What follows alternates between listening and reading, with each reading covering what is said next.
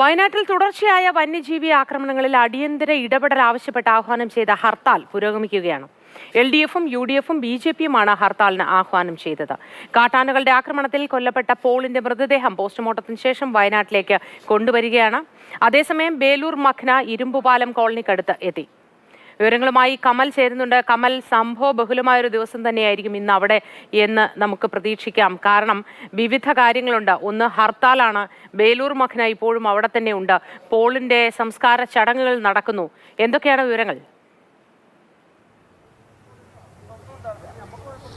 മോത്തി, ഹർത്താൽ രാവിലെ 6 മണി മുതൽ തുടങ്ങി. മാനന്തവാടി നഗരത്തിൽ വാഹനങ്ങൾ തടയുന്നുണ്ട്. UDFും LDFും അതുപോലെ BJPയും ഹർത്താലിന് ആഹ്വാനം ചെയ്തിട്ടുണ്ട്. ഈ വന്യമൃഗ ആക്രമണങ്ങൾക്ക് ശാശ്വത പരിഹാരം ആവശ്യപ്പെട്ടാണ് ഹർത്താൽ. എന്തായാലും നഗരത്തിൽ ഇപ്പോൾ സ്വകാര്യ വാഹനങ്ങൾ അടക്കം തടയുന്ന സ്ഥിതിയാണുള്ളത്. KSRTC ബസ്സുകളും സ്വകാര്യ ബസ്സുകളും സർവീസ് നടത്തുന്നില്ല. ഓട്ടോറിക്ഷകളും ടാക്സികളും ഒക്കെ നിരത്തിലിറങ്ങാതെ ഇരിക്കുകയാണ്. ഏത് രീതിയിലുള്ള പ്രതിഷേധമാണ്? വാഹനങ്ങൾ തടഞ്ഞു തുടങ്ങിയിട്ടുണ്ടല്ലോ രാവിലെ. അതെ, ഇത് ആരെങ്കിലും ഒറ്റപ്പെട്ട രാഷ്ട്രീയ പാർട്ടികളോ മറ്റു സംഘടനകളുടെ സംവിധാനമല്ല. ഓരോ മനുഷ്യനും, വയനാട്ടിലെ ഓരോ ആളുകളും ഈ ഹർത്താൽ ഐക്യദാർഢ്യപ്പെടുകയും ഓരോ ഗ്രാമങ്ങളിൽ, ഞാനിപ്പോൾ വരുന്നത് 2-3 ചെറിയ പോക്കറ്റുകളിൽ നിന്നാണ് വരുന്നത്, അവിടെയൊക്കെ ഒരാൾ പോലും നിരത്തിലിറങ്ങിയിട്ട് വാഹനങ്ങൾ തടഞ്ഞുകൊണ്ട് തന്നെയാണ് ഹർത്താൽ പുരോഗമിക്കുന്നത്. എല്ലാവരും സ്വമേധയാ ഹർത്താലിനോട് സഹകരിക്കുന്നു എന്നാണ് പൊതുപ്രവർത്തകരും പറയുന്നത്. എന്തായാലും ഈ പോളിന്റെ മൃതദേഹം വഹിച്ചുകൊണ്ടുള്ള ആംബുലൻസ് അല്പസമയത്തിനകം വയനാട് ജില്ലയിലേക്ക് പ്രവേശിക്കും. ജില്ലാ കലക്ട്രേറ്റിന് മുന്നിൽ വലിയ രീതിയിൽ സുരക്ഷ ഒരുക്കിയിട്ടുണ്ട്. അവിടെ മൃതദേഹം ഇറക്കി ഒരു പ്രതിഷേധത്തിന് സാധ്യതയുണ്ട് എന്ന സൂചനയുണ്ടായിരുന്നു. എന്തായാലും അവിടെയൊക്കെ ഇപ്പോൾ വലിയ രീതിയിൽ പോലീസ് ബന്ദോബസ്താണ്.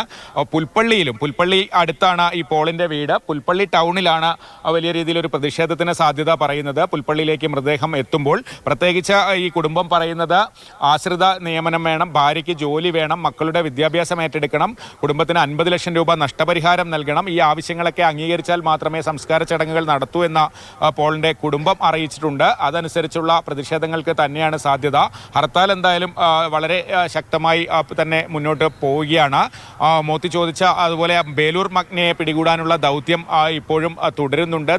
ദൗത്യസംഘം വനത്തിൽ പ്രവേശിച്ചു കഴിഞ്ഞു. ഇന്നലെ രാത്രി കാട്ടിക്കുളം തിരുനെല്ലി റോഡ് മുറിച്ചു കടന്ന് വീണ്ടും ഇരുമ്പുപാലം കോളനിക്ക് സമീപത്തേക്ക് ആന എത്തിയിട്ടുണ്ട്. ഇന്നലെ വൈകുന്നേരം ദൗത്യസംഘം വളരെ അടുത്തെത്തിയിരുന്നു. എന്തെങ്കിലും ഒരു പുരോഗതി ഉണ്ടാകുമെന്ന പ്രതീക്ഷയുണ്ടായിരുന്നു ഇന്നലെ സന്ധ്യയോടെ. പക്ഷേ വീണ്ടും ആന അവരെ വെട്ടിച്ച് വനത്തിലേക്ക് കടന്നു. ഇന്നും വളരെ പ്രതീക്ഷയോടെ തന്നെയാണ് ദൗത്യസംഘം കാട്ടിൽ പ്രവേശിച്ചിരിക്കുന്നത്.